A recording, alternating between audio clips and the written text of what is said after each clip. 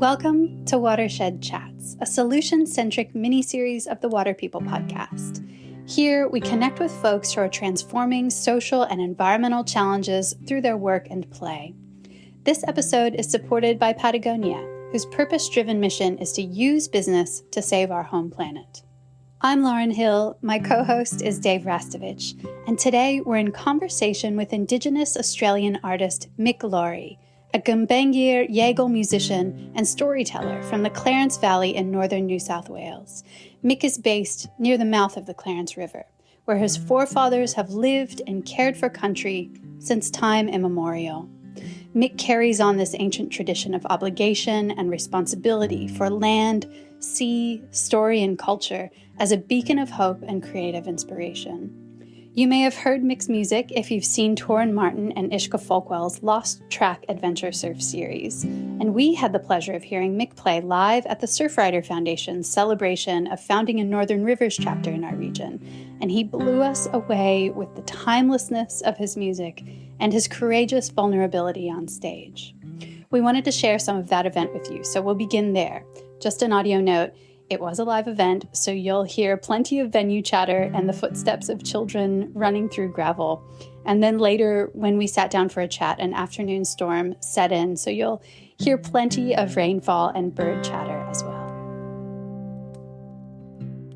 Our podcast comes to you from the coastal land and waters of both the Bundjalung and Gubbi Gubbi nations. We'd like to acknowledge these traditional custodians and pay respects to elders past, present, and emerging. We'd also like to extend that respect to all First Nations people this podcast ripples out toward.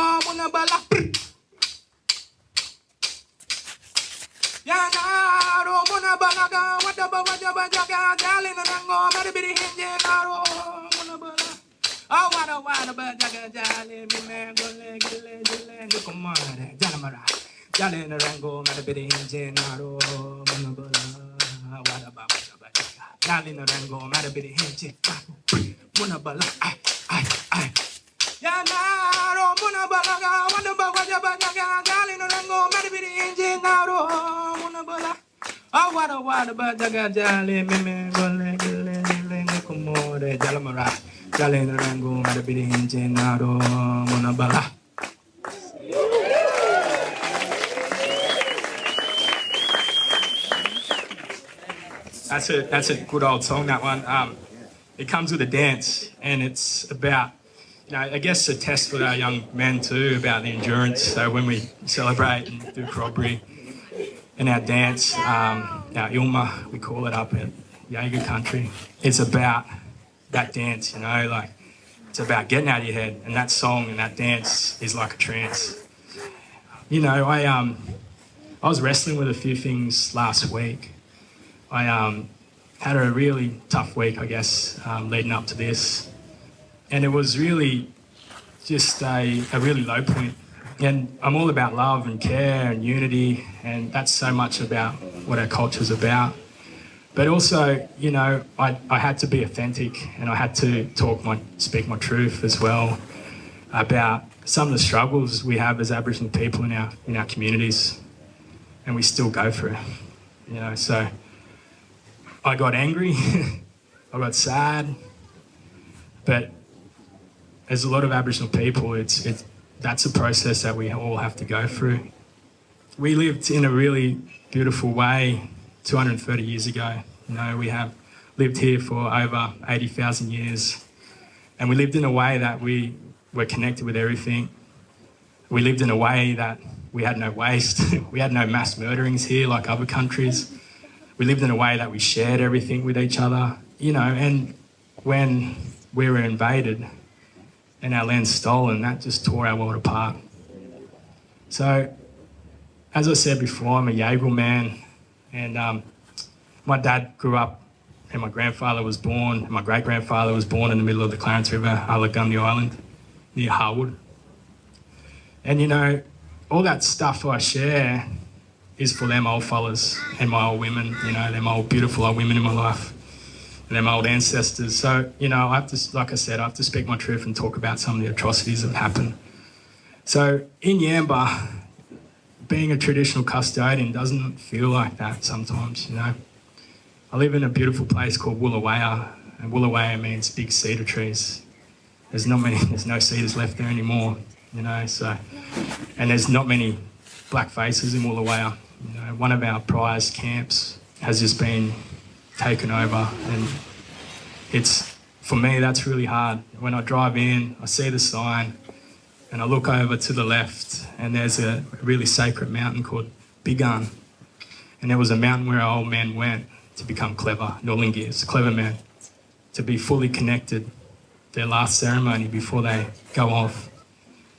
And on top of it now is a Telstra tower, you know, so making people more disconnected, you know. So I'll always think, oh, it sucks because them old people used to go up there to do that, but now there's a transmitter or a device up there that, you know, powers things that make us more disconnected than ever, which is sad, you know. So, and also I live with my brother Drew McPherson. Thank you, Drew, for organising all of this. Man, much love for you, brother. Give him a round of applause, hey? And there are beautiful people in Woolawaya, like some of my best friends are in Woolawaya. But, you know, sitting on the back veranda with Drew and having a cuppa, and there's a vacant block behind it. And I just think, like, wow, like my old people used to camp there, and, you know, unfortunately for Aboriginal people, we would never be able to afford to buy a place like that. The block of land just sold for $800,000. And I started to get angry. I was like, why does this happen? You know, why? Like, my old people got murdered and killed and pushed off, you know, our lands, you know, by the cedar getters and by Europeans, and it was really tricky. It's a really tough pill to swallow. You know, then I go to the community where my dad grew up down at Pippi Beach at Yamba, one of the most beautiful spots in the world. And my dad grew up there with a big family. And I go up there now and pick a couple of boys up. You know, I work as a youth worker in the community. So I go down there and pick them boys up and take them to school. And unfortunately, the place itself is really, you know, it's torn apart. The houses are burnt out. There's a lot of issues in my community. And they're not our issues, you know, they were brought here. But we got to deal with them now. And when I pick these boys up who they don't feel like they fit into a society, and when you drive out of the Mish at Pippi Beach, there's a big wall there. And across the other side of the wall is all these housing development. And I get sad again. Because we, as traditional owners, that's how we're treated. You know, it's not good. We deserve to be treated better than that. Our old people didn't get killed and murdered and raped for that.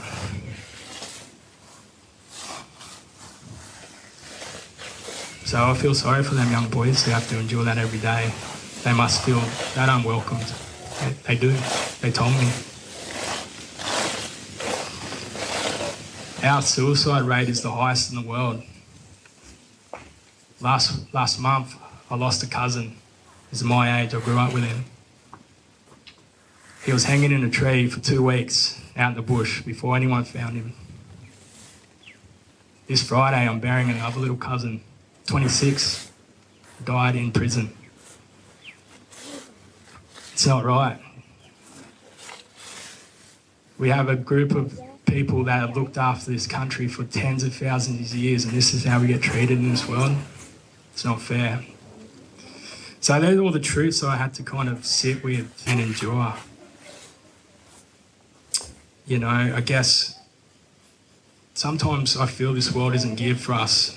You know, it's not a place where Aboriginal people feel safe sometimes. I'm a traditional lawman. I've got my brothers here tonight. We do ceremony. We do it what we've always done for a long, long time. And that gives us a connection to everything. Unfortunately, we don't have the land or places to go to do our sacred ceremonies in this place, which again adds to the disconnection of what our young people have to endure. You've got these young fellas taking their lives because they're not fulfilled as men. You've got young girls hurting themselves and having sense of, identity issues because we don't know where we fit. I appreciate everything that people do in regards to advocating for Mother Earth and our climate and all the, all the stuff that is happening to our Earth with all the, destruction and the mining and the offshore gas wells or whatever they're called, They're not our problems either, but we have to deal with them and we don't have a voice.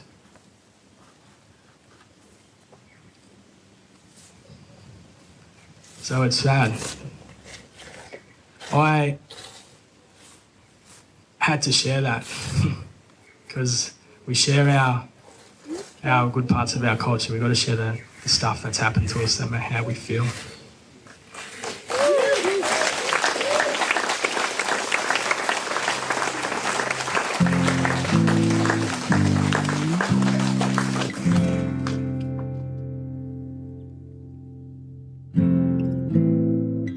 So I grew up here in the Clarence Valley. I grew up in Grafton, so just on the upper side of the Clarence River. So I'm really blessed to come from a strong Aboriginal family. My mum's a Gumbayngirr woman with connections around the Grafton area to Nimboida, to Biripi country, down further south around Port Macquarie. And my father is a Yaegl man from Yamba. So it's really a big privilege to be living here on country where my forefathers grew up. So, I've always loved the Clarence Valley and not only for my reasons of experiencing my own life here with building connections with friends and family and places, but also my ancestral connection, I believe. My forefathers, my grandfathers, my great-grandfathers were born on the Clarence River. They were born out in the bush, and so it's much more than my life experience here during this time, but connecting with the story and the old people and the rivers and the waterways and the coast, that makes me feel really wholesome as a person and adds so much to my identity to who I am now. It's really nice to drive through country and remember or think about how times may have been for my ancestors and always walking with me. So I love the valley and I've still got so much more to learn about it and connect with. So I really like the stone canoe story that comes around here, especially because it's a part of a bigger story which goes all the way up and down this coast, and the story changes along the way, but the values and the morals are still the same in these stories. So, the stone canoe story is a massive story around here, and it involves a really powerful old woman who goes by the name of Dragon. So the Dragon woman was a clever old woman who had special powers. She lived by herself. A lot of people of higher knowledge and higher degrees live by themselves. So she was an old clever woman. And she had a son who lived down the coast a little bit further. And the son lived with his two sons and his wife. So they lived in a little village and they had their own camp and everything was really good until one day the wife fell really sick and died. So the father and his two sons are really upset and grieving. So they jumped in their canoes. So we would travel a lot by canoes around the coast here. So the father and the sons wanted to go visit the old Dragon woman to spend time with her. So they went on their way, and when they got to the camp, the father knew that his mum was greedy and a bit spiteful and wouldn't share his stuff, but they wanted to go there despite all that. They wanted to spend time with her. So they went there, and this old lady didn't share her things with the boys. She wasn't very considerate. She wasn't showing the boys where things were in her camp. And so the father and the sons endured it for a little bit. But one night, the father said to his boys, in the morning, boys, we're going to get up early and we're going to go up north. We're going to go up to Bundjalung country. So they got up early and started to paddle in their canoes. And this was a period where the waves weren't that big here. It was more flat. So the guys started to paddle north, and the old Dragon woman got up and she was looking everywhere for her boys. And then she went down to the shore, and because she's an old clever woman, she could see vast distances. And she saw her son and her two grandsons in the canoe travelling north. So the old women had these old digging sticks, and they'd carry them around, and this old woman had a particularly powerful one where she could use her magic, I guess. So she grabbed her digging stick and she jammed it into the shore, and she started to sing. And she started to sing the waves in, and the waves got really, really big, and she done that to bring her boys back. So the waves got so big up north that it capsized their canoe, and the boys and the father and the son drowned in that process, and they fell to the bottom of the ocean and turned into stone. So there's a reef up north, just north of Ballina, where the boys now rest and the father and the sons rest. And part of that stone canoe, because the waves were so savage and brutal, it smashed that canoe up and broke it into smaller pieces all along that coast around Boulders Beach up to Lennox. So that's one of them stories that holds so much value in regards to how we treat people, and it connects us to our places, and it also connects us with our neighbours in the sense of the Bundjalung mob up north, and it connects us with the bigger story of that canoe that goes up and down the coast. Yeah, so it teaches us so much in regards to not abusing our power if we're in a position of power, and doing something that we might think it's good for someone else, but it might be detrimental to their journey. So, yeah, so much, you know. There's so much you could unpack that story and get a lifetime of lessons and learning out of that. It also traces the ecological changes that your ancestors would have witnessed over time as sand shifted and flat water turned to wave action. For sure. There's so much in it. So much. And you're right, Lauren, like when we visit these places, you know, like it's that's how we made sense of how things are. And often they were linked with their morals and values on how we treat each other, and then we have these places as highly revered sacred spots that we love and connect with, because we go there and share energy, and we share story, and we share knowledge, and we give back to them places because they give us so much. So and around the changes of earth, I guess we've always endured it as people. It's just that in my old people's time and place, we had a story that fit in with our lifestyle, I guess. Not so much the case today with a lot of climate change and stories. So, we made sense of that, which was great. And you adapted to those changes in ways that, you know, we're really having to, in different ways, but in ways that our modern culture is having to look back and really acknowledge how ingenious your people were, how ingenious Indigenous people all over the world were to be able to move with the changes and move camps as sea levels rose and follow food as the seasons shifted. Yeah. There's just so much wisdom there. There is, yeah.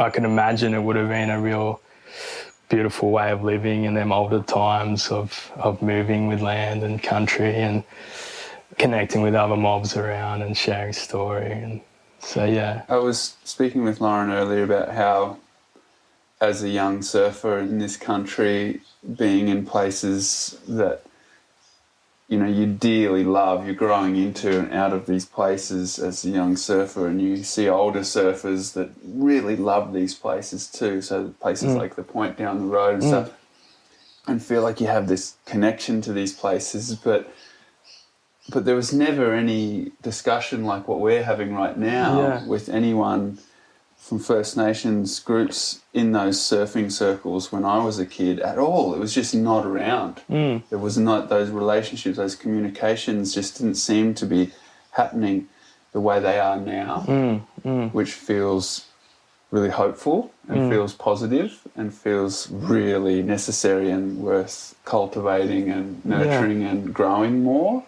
Are there examples or things that come to mind when you say there's movement in a positive direction? For sure. I think as a society, people are exposed to a number of things, whether that sinks into their consciousness and then plants a seed for later learning, whether that be the amount of language revitalisation that's going around in Australia, media, a lot of Aboriginal people are on media now, and what comes with that is the sharing of story, our languages, our dances, our songs. So all that is all prevalent in society now, which kind of gets people to think as well. I guess mainstream, like schooling as well, it's a lot of Aboriginal education being pushed in the curriculum at schools, which not only for Aboriginal kids but for non-Aboriginal kids sparks that learning, and then they come home and talk to their parents about stuff and their parents might be intrigued. So there is that. I guess the access to information these days, a lot of people are, with the internet, can carry out their own research of the local area, which might lead into a path of connecting with Aboriginal people in the area to learn story. But yeah, and also, you know, it just depends on your circles as well. Like I think people who are interested to learn about things often get guided to spaces where they can achieve that. And I guess there is a long way to go, but them places that you were talking about too, Dave, like mostly on the coast, like the Angari and Lennox and Crescent Heads, like all really beautiful spots that hold a lot of story. And I think as time goes by, we'd love to share more of that story so people can visit them places and respect them places, and also acknowledge the history of the connection that Aboriginal people have to them places. Then that kind of creates a more of a deeper connection for people as well, knowing that it's not just a place to surf, but it's a place maybe I could participate in other things that connect me with that place deeper, or connect with my family deeper. So yeah, I think we can do better in acknowledging our connection to them places of importance now for a wider community, you know, whether that be sharing story on boards or Aboriginal signage. Lucky enough to be part of a group of families on the in Yaegl country to have native title. So that Can you explain what that means for people who aren't familiar with that concept? Yeah, so native title is a agreement with the government for traditional custodianship for people living in that area that have a connection to that area.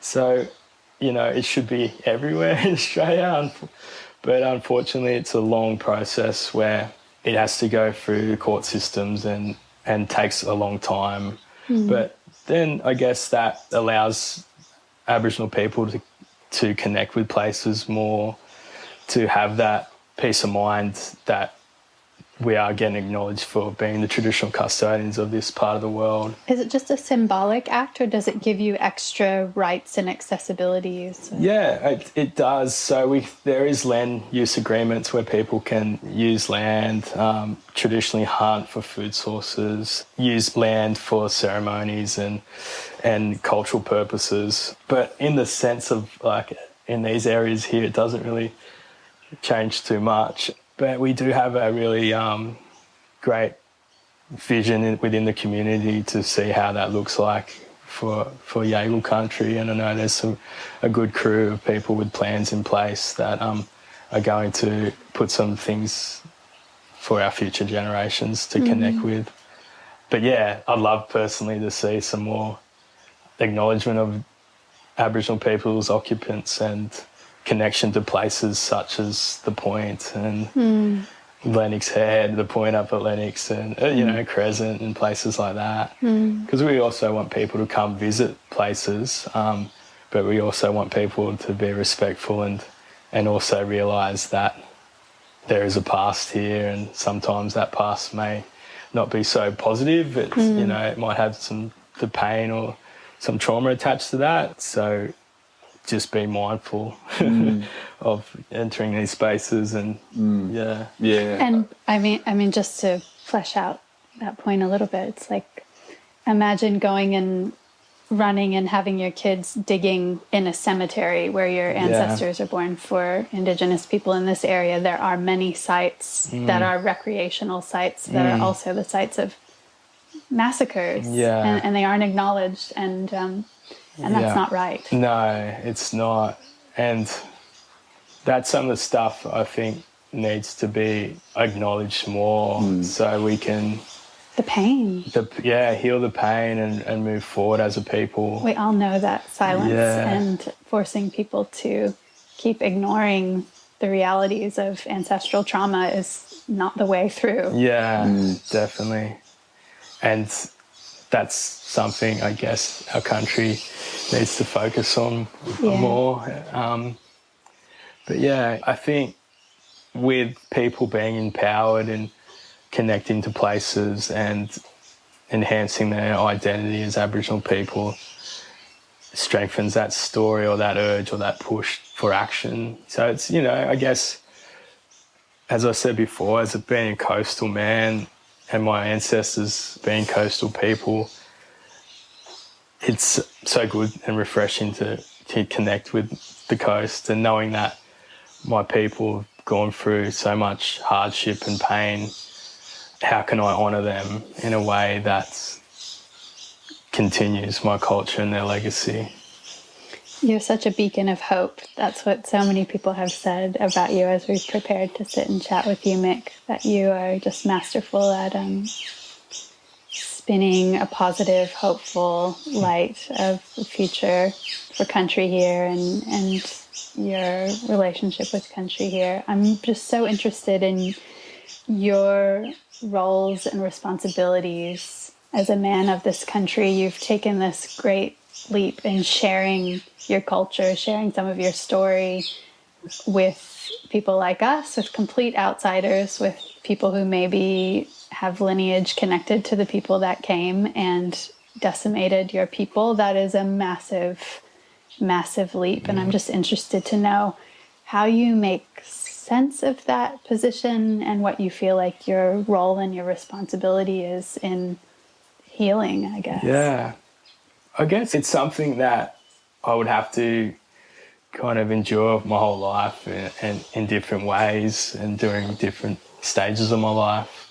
But I guess there was a time where I was really kind of bitter and angry about things, and I'm sure that's a process that a lot of Aboriginal people go through. But yeah, and it was something that I was holding on to and really turned into something that didn't sit well in my body or my way of thinking. So I kind of looked at things and connected with things that made me feel like a strong Aboriginal man, I guess, in regards to connecting with country, connecting with learning song and language and dance, and just creating that energy of how that enhances my life, and how that adds value to my friends' lives and my family and my kids. And that's the story I found that suited me the best. So that's the story that I want to continue to learn and share. But yeah, as I said before as well, it goes in waves, but with them waves usually come some great lessons and learning about how I want to hold myself and how I want to honour them old people and share that story with who wants to listen, I guess. Yeah. One of the major aspects of your sharing, as you just shared with our little boy Minnow, was some local language. You shared with him some little flashcards of the Yaegl language, which is a technically extinct language. What does that mean if people are still speaking it? I'm wondering. Yeah, it doesn't make sense. I know. How can it be extinct? Does it mean there aren't people who are speaking it fluently all the time? Yeah. Yeah. There is some old records of Yaegl language, and we're lucky to have some audio of old man Uncle Sandy Cameron speaking language.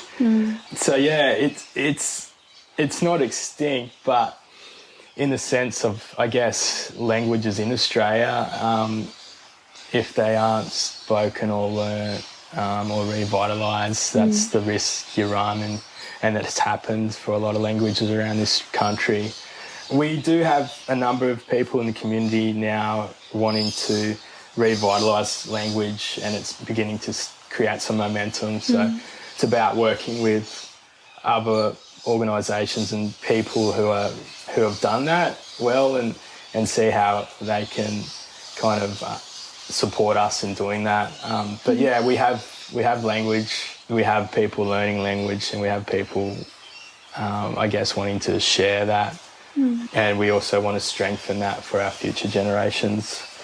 It's a really exciting time, I guess, for people wanting to learn that and develop that, because it just invokes something that's inside you that has this instant connection with the land and the people that walked here before us. So that's the feeling I like when I connect and learn with my language, is I'm speaking my country here, and I'm speaking how my old people talked, and that understands me, I guess. I understand that. So it's getting better, Lauren. I think people are starting to see the value of how we can develop programs to share with kids and teach kids and to teach people. The crew down Cost, the Gumbayngirr crew, have done a really great job with Uncle Mick Jarrett and Clarkie Webb and Nathan Brennan, really good friends of mine and other people in the community who have really grasped the Gumbayngirr language and wanting that to be a really important community way of learning and sharing that and having that as like, hey, we have fluent speakers of Gumbayngirr now down there, which is amazing. So there is hope, and it's about connecting with people who have done it right before and how can they support other people, other mobs to enhance their language and community. So yeah, I'd love to be speaking fluent one day and seeing that a lot of people speak fluent in one day, and it will happen. I'm hopeful of that. It's just going to take some time. But yeah, I think we're a strong, resilient bunch of people around here, and as Aboriginal people are strong and resilient all over this country. So I guess we just need to be patient in that space and play our roles. Yeah. Mick, I have a bit of a curiosity about how in these fast-moving modern times, how we do, you were speaking about how good it feels to jump in your four-wheel and drive through country and stuff, and that a lot of us in this country will drive hours to go visit family and cross many lines of country many new cultures, new ecologies, new areas as we do that. And I've learned a little about how there's protocol and there are processes and ways to do that respectfully and in acknowledgement of the fact that we are moving into new areas. And so I wanted to just quiz you a little bit about that and how that system perhaps worked before there was cars going 110 on the highway, and then how that's navigated now and how we can move respectfully with each other as we do travel this big island in this modern time. For sure. Yeah. I guess traditionally Aboriginal people have always walked and all around the country and shared and sat with other language groups and mobs, and we've seen the commonalities in our ways, and we've shared stories. We've done that in a way where we celebrated that as well. We'd always have responsibility and obligation to visitors. So to play host to someone that was coming up from the coast, I guess our responsibilities here would be to welcome them, to make sure that their camp is good, their stay is going to be good, where our significant sites are. We'd also adhere to our kinship systems, where we would place people within our camps to transfer knowledge or make sure we're not breaking any laws, but also giving people a piece of that puzzle in regards to our story. So, yeah, traditionally it would be a celebration of I guess, the human experience and our story. So, yeah, but now I guess when we travel the country, back to where we were talking about more of exposure of traditional lands and the people of the land, I guess it's still a young space, and hopefully we as people in society and the country can acknowledge that further and enhance that connection and that respect aspect of when we're travelling country. But for people, I guess, who are wanting to learn about that, in a way it's about educating, I guess, and having that conversation with who you may be travelling with, and just maybe pausing for a moment or pulling up and taking things slower and appreciating country. You may not have to have the sense of whose country that is or belongs to, but you could... You could very easily find that out. You could find that out, yeah, or you can just kind of sit in them spaces and pay a country a respect, and then, yeah, have that conversation. I find kids is a great one. I love talking to my kids when we're driving through country and then just saying which country we're going through, and we talk about our neighbours or people who used to walk through here, we're driving through here. And so, yeah, it's a nice dialogue to kind of go by in regards to educating people. And also really having them hard conversations as well. If, like you said too, Lauren, unfortunately there's a lot of massacres around this country, and it's about acknowledging them too, and saying that, yeah, it wasn't right, and it must have been so terrifying for those people back there, and having an understanding of that gives you a deeper layer of compassion towards Aboriginal people's journey. How do you explain what happened to your children? I don't know if they're old enough to have had those conversations, but how do you make sense of that for children? It's something, I guess, I haven't had a conversation with my younger children about that, but for my older children, yeah, it can be a hard conversation, but it's got to be linked in to how our people were treated in a way. And so also my responsibility, as I mentioned before, was, as I was a bit of a bitter person in regards to that and that process. Rightfully so. Yeah, rightfully so, and normal for a lot of Aboriginal people.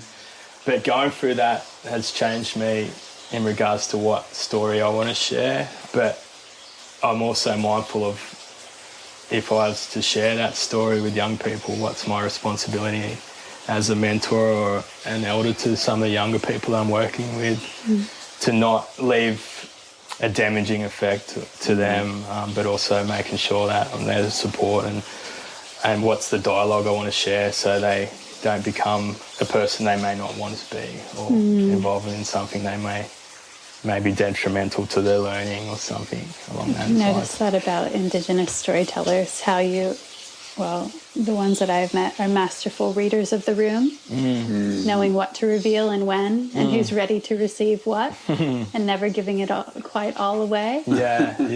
It's a beautiful, beautiful gift. It is, and that's paying respect to the person's learning as well and their journey. It is, and I'm sure a lot of old people, around this country have shared a lot of story and haven't shared a lot of story to people, I've been around a lot of old people who share story with you and give you dribs and drabs later of the story, and it's really beautiful process of learning because without knowledge you've got to digest it, digest them lessons, then reflect on them, then possibly live them, absorb them, then that's when them lessons can come fully into your life. That really is a example of that living lineage of learning, that goes so far back. Yeah. And that is a proven way to pass on knowledge. Yeah. We've got, what do you got? You got couple hundred years of Europeans creating these boxed buildings and these intense learning environments, and you sit inside and even books. You read through books, and you just barrage and you repeat and you barrage and you repetition learning and all of that. And you're talking about a completely different way. This is a totally of different interacting way. with information. For sure. And I would have to say, for me, who is pretty academically stunted and repelled by institutions of learning, being able to sit and be shoulder to shoulder and be looking out over a country, looking out over a surf spot or the coast or the hills, whatever we're a part of, and hearing a little bit of perspective, a little bit of history, but in that place is so effective for someone like me and for my brain and my body and my bones to soak it up. Yeah. And I just feel that is so rich and so wonderful and is such a beautiful way to learn and to share. Yeah. I think going back to Indigenous ways of learning and knowledge transference, it's been the best system that's probably ever graced this world in regards to... It's the most refined. It's the most refined, and I guess we're not. It's about that whole experience. So you're sitting with people. You're like you said, Dave. You're absorbing it. You're feeling it. Your sensors are going off. You're in these places of just beauty, and you're absorbing all that, and you're listening to story, and you're feeling it with the sand or the dirt underneath your feet, and it's entering you. So it's a whole body way of learning, and when you can learn like that. It's real, It's a real way of learning and being, and it gives you that sense of being wholesome, and then you connect with people who are like that as well.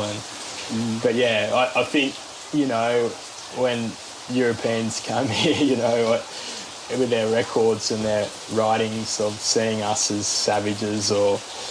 It wasn't the case because we had this really elaborate way of teaching and sharing that was far more advanced than European systems in regards to sharing knowledge and teaching and creating responsibility and obligation with someone and purpose, with our roles it gave a lot of responsibility and obligation to people then give them purpose as humans to share and connect with places and things and mentor and guide. So unfortunately, a lot of people these days, and I'm being guilty of it, of finding what's my purpose here in life, and a lot of them things have been stunted from possibly the way we learn and the way the modern education system is. It often delays the time it takes to find your purpose and what am I here for. So whereas in Aboriginal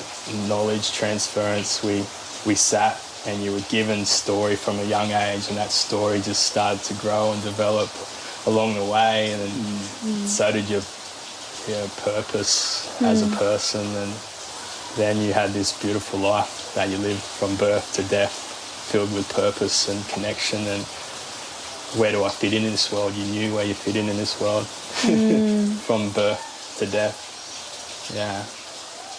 Wow. And isn't there such a broad yearning for that now as anxiety levels go through the roof, as depression, self-harm, suicide, so much trauma and suffering and so much dislocation, you know, people not being where they are, us not having the opportunity to fully embody where it is we are. Yeah. You know, even if you have grown up in the same house your whole childhood and you don't know the story of the point down the road, what it really has been called, who really has lived there for so long. And that's such an important point for not being so hard on ourselves if we do feel that way, because we haven't been given the information on how to belong.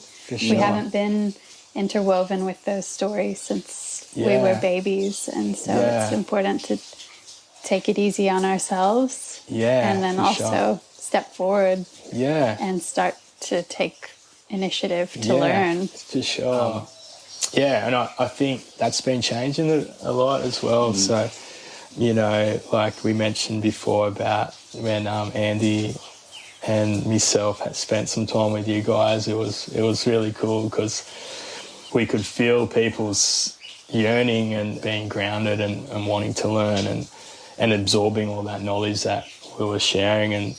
And that's, again, goes back to Andy and I's responsibility. And it doesn't mean, like, I guess you have to be Aboriginal to deeply connect with these places, but everyone has their own sense of connection to places, but having that traditional story and what values come with that and the morals and the connection to country really enhances that story to the individual.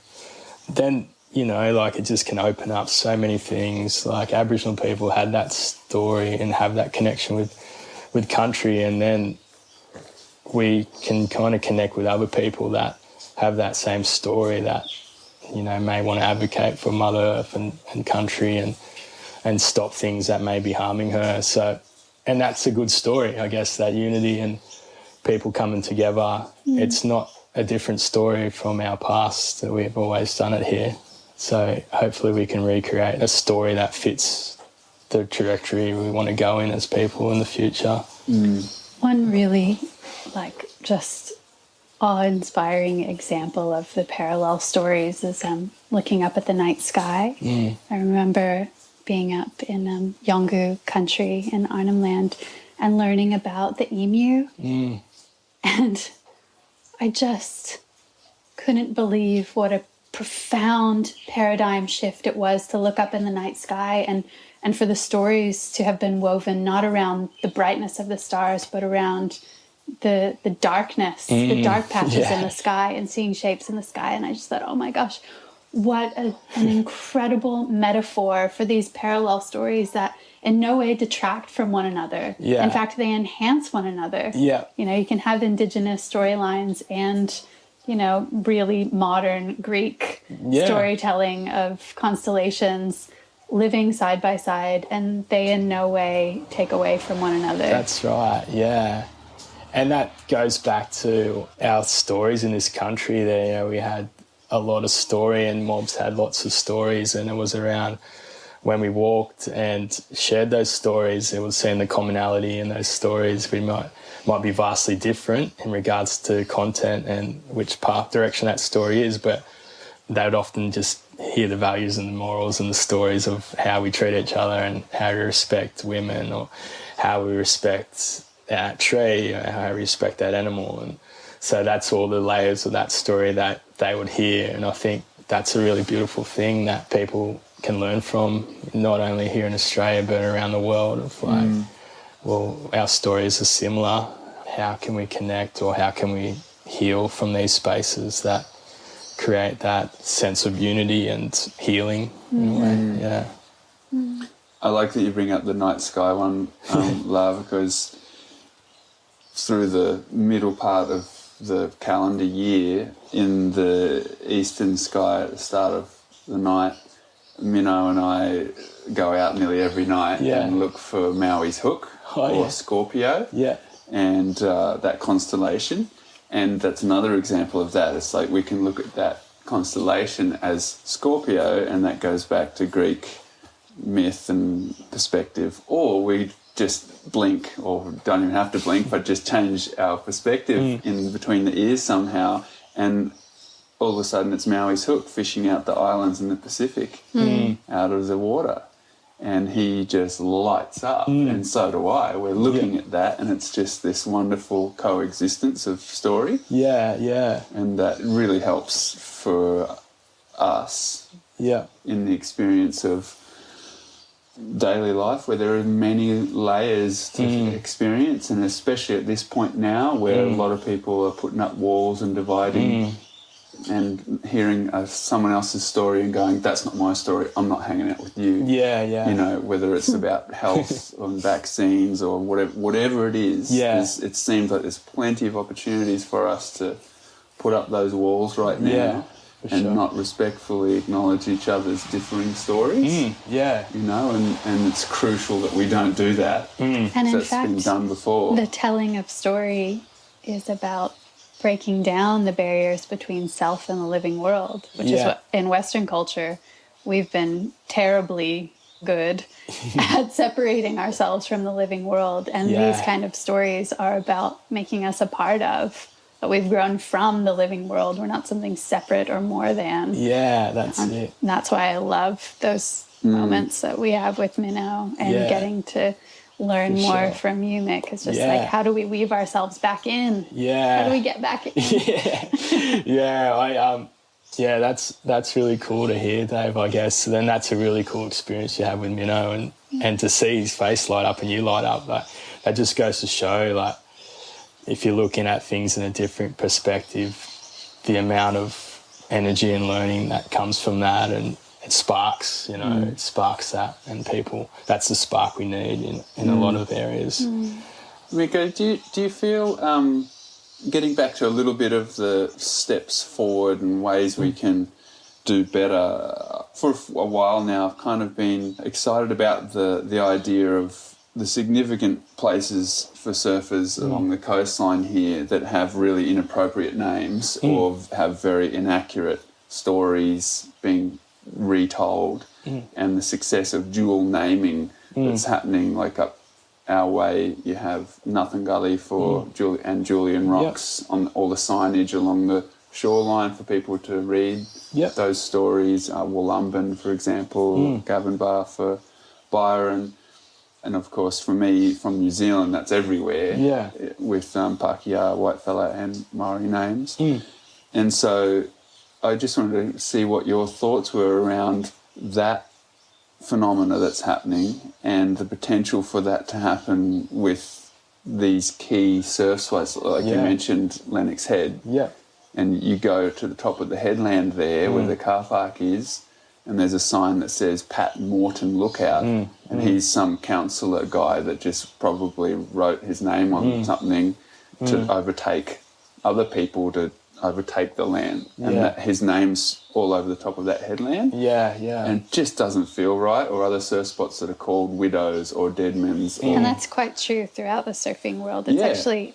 Terrible I remember feeling that being in Yeah. Indonesia and just being like, oh my gosh, there's no connection to the actual living people who are here, much less the traditional people here. And that, I guess, is sort of bringing around that point that you were making, Davey, of the importance of recognizing local naming and how powerful language and naming in particular is, and how it's one step we can probably all contribute to is learning definitely the local name for our surf spots. For sure, yeah. And that's right. You know, it's about gaining that momentum and that self-learning, then connecting to places. No doubt surfers have a really deep connection to the water and to the areas, but I guess playing your role of like, well, if I enjoy this place, what's my responsibility to learn about it and then maybe connect with people that and have that conversation of like, how do we dual name things or have traditional names for places,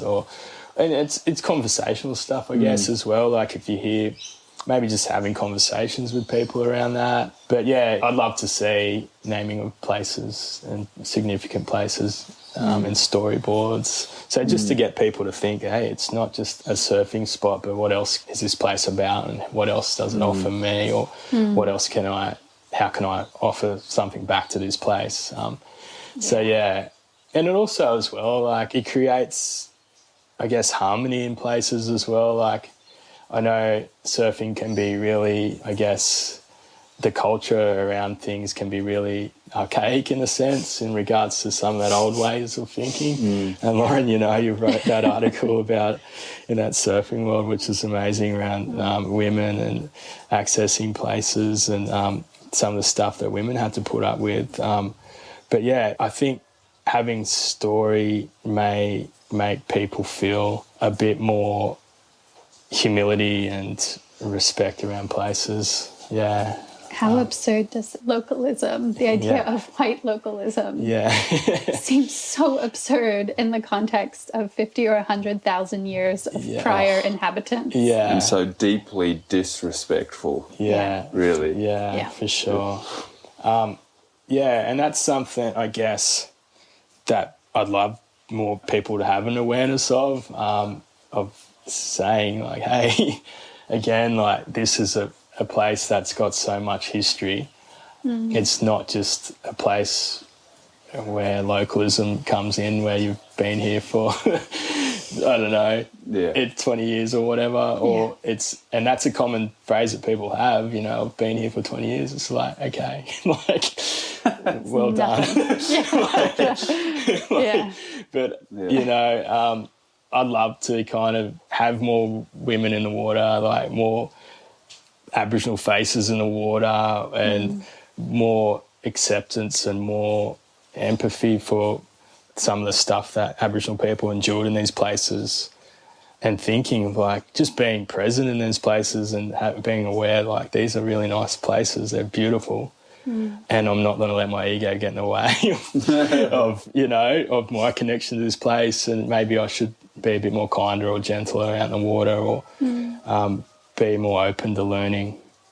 So yeah, I'd like to see that space. Me too. You know, so Well, interestingly, I guess in surf culture, in archaic surf culture, as you put it, which I totally agree with, women and I guess non-white men are referred to as minorities, when in fact, like, we would be the majority. You know what I mean? Like, brown faces and women would outnumber young white men by far if we were going to do a head count. So maybe we can organize some mass paddle outs and just change the dynamics of lineups. Definitely, it's, you know, but it would be a really great space in the future for that to happen. And I know it's coming. It's just going to take some time, and hopefully our future generations will see and experience all them changes and be deeper connected to places and having that story that deserves to be shared and known about, whether that be good or bad,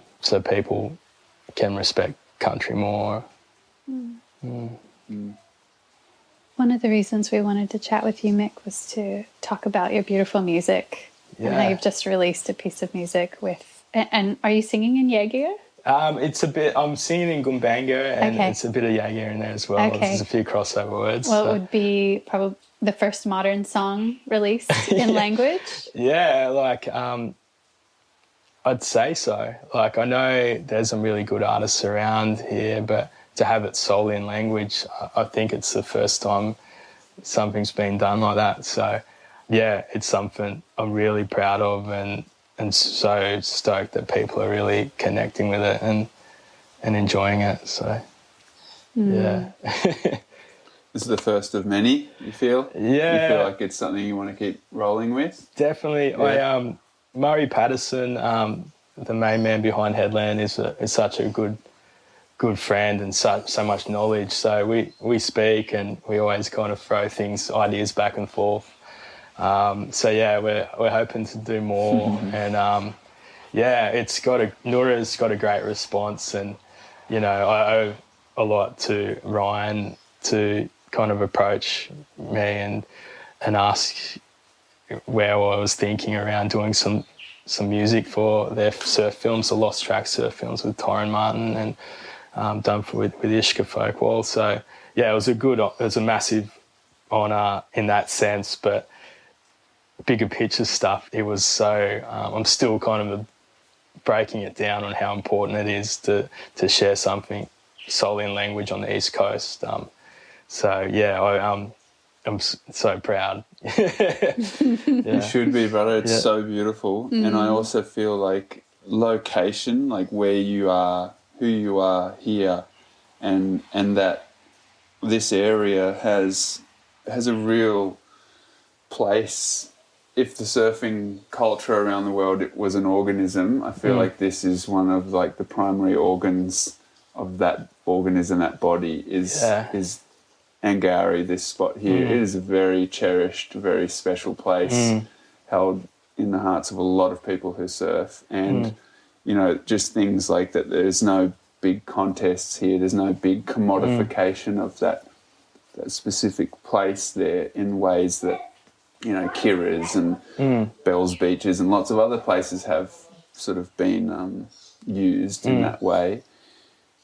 Just speaks to the real, everywhere's special, but the specialness that's still, that is here, and that you are there, and that people are listening to those words and feeling that, and the images too, they're so beautiful that go along with that film clip.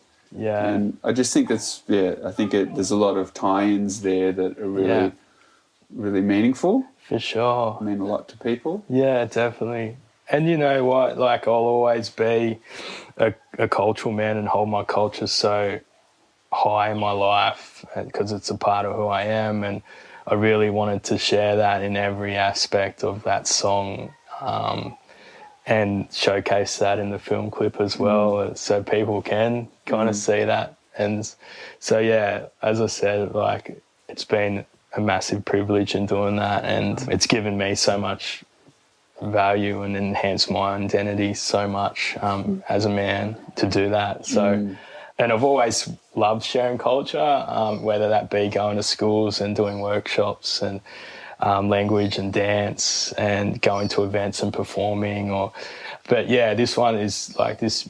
The music is a new direction and a new layer of my development, and yeah, it's really exciting. I light up when I talk about it, and it really just gives me another layer of my story and what story I want to share to people. So yeah, music can really touch people, and we've been getting some really nice feedback about it from people all over the world, which is really nice. So, yeah.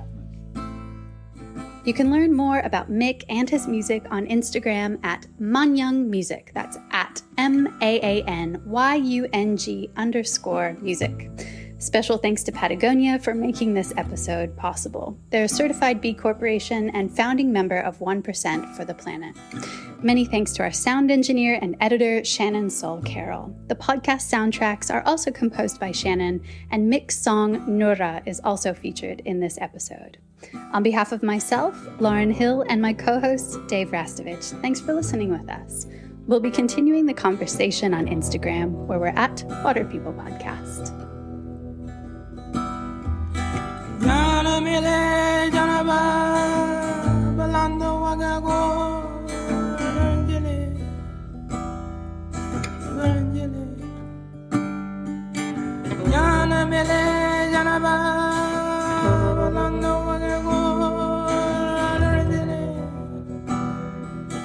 Zanjani warai anago na yengirogo